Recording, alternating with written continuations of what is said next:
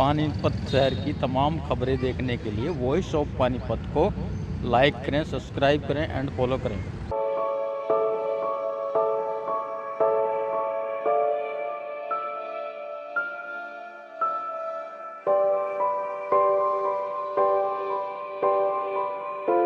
सड़क किनारे e rickshaw में बैठा ये युवक, हाथों में किताबें और आंखों में सपने लिए हुए।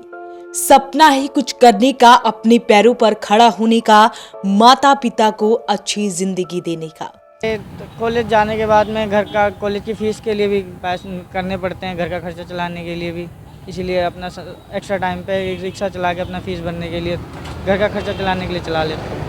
यही वजह है कि वो पहले कॉलेज जाता है, फिर उसी कॉलेज की फीस भरने के लिए खुद ई रिक्शा चलाकर पैसे कमाता है, ताकि घर का गुजारा भी हो सके और उसकी पढ़ाई भी ना रुके। पहले मैं 10वीं पास की, 10वीं में फर्स्ट डिवीज़न से पास हुई, फिर 12th करी। 12th के बाद मेरे को आगे पढ़ना था, इसलिए एडमिशन लिया। घर की स्थिति अच्छी नहीं थी, इसलिए मैंने रिक्शा किराए पे चलाने लगा। तो अभी भी उसकी फ़ीस भरने के लिए किराया चलाता हूँ, और मेरे को आगे और पढ़ना था, इसीलिए रिक्शा चला रहा हूँ। कहते हैं जब मन में कुछ कर गुजरने की चाहत होती है तो कांटों भरे रास्ते भी आसान हो जाते हैं। इसी उम्मीद से पानीपत का एक छात्र दिन रात मेहनत कर अपने सपनों को पूरा करने के लिए जद्दोजहद कर रहा है। हम बात कर रहे हैं पानीपत की एक छोटी सी कॉलोनी में किराए के मकान पर रहने वाले सुमित का। अभी फ़िलहाल कॉलेज जाता हूँ। कॉलेज से आने के बाद फिर दून वैली इंस्टीट्यूट करनाल में कॉलेज है, वहाँ जाता हूँ। फिर वहाँ से आने के बाद में शाम के टाइम रिक्शा चला के उसकी फ़ीस वगैरह भरता हूँ। सुमित के पिता ने मेहनत मजदूरी कर सुमित को 10वीं कक्षा तक पढ़ाने के बाद कह दिया कि वो उसे पढ़ाने में अब असमर्थ है और वो अब कोई मेहनत मजदूरी करे और पैसे कमाए। पर सुमित का सपना कुछ और ही कर गुजरने का है। सुमित ने अपनी पढ़ाई को जारी रखने के लिए स्कूल के बाद मजदूरी करना शुरू किया। 10वीं में प्रथम पोजीशन हासिल करने के बाद फिर अपनी मेहनत से 12वीं कक्षा में भी पहला स्थान हासिल किया।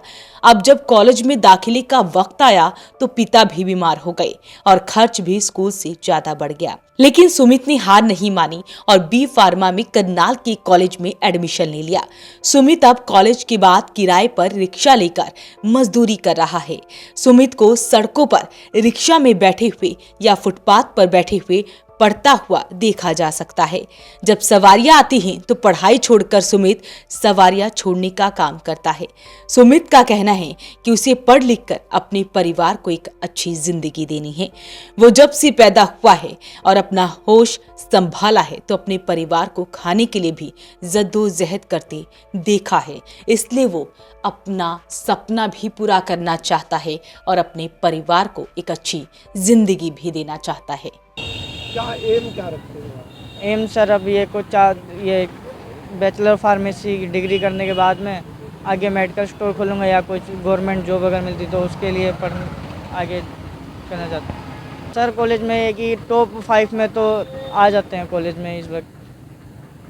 तो गुजारा हो जाता है रिक्शा चला के? गुजारा तो नहीं होता है कि खर्चा निकल जाता है घर का, और थोड़ा बहुत किसी से कोई मदद मिलती है सरकार से या प्रशासन से?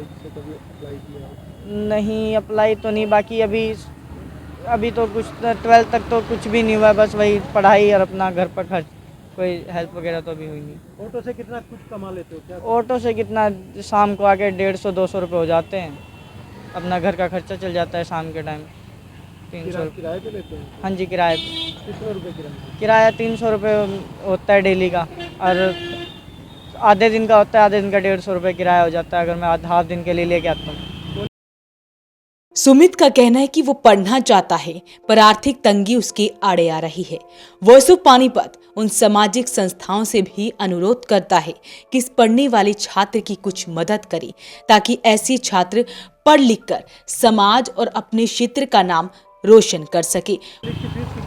कॉलेज की फीस एक सेमेस्टर की तो 35,000 है और पूरे साल की 70,000 रुपये फीस है, और फिर बस का किराया भी होता है, मेरा आना जाना का किराया भी होता है। इसी से कर रहे हो आप? हाँ जी, इसी से कर।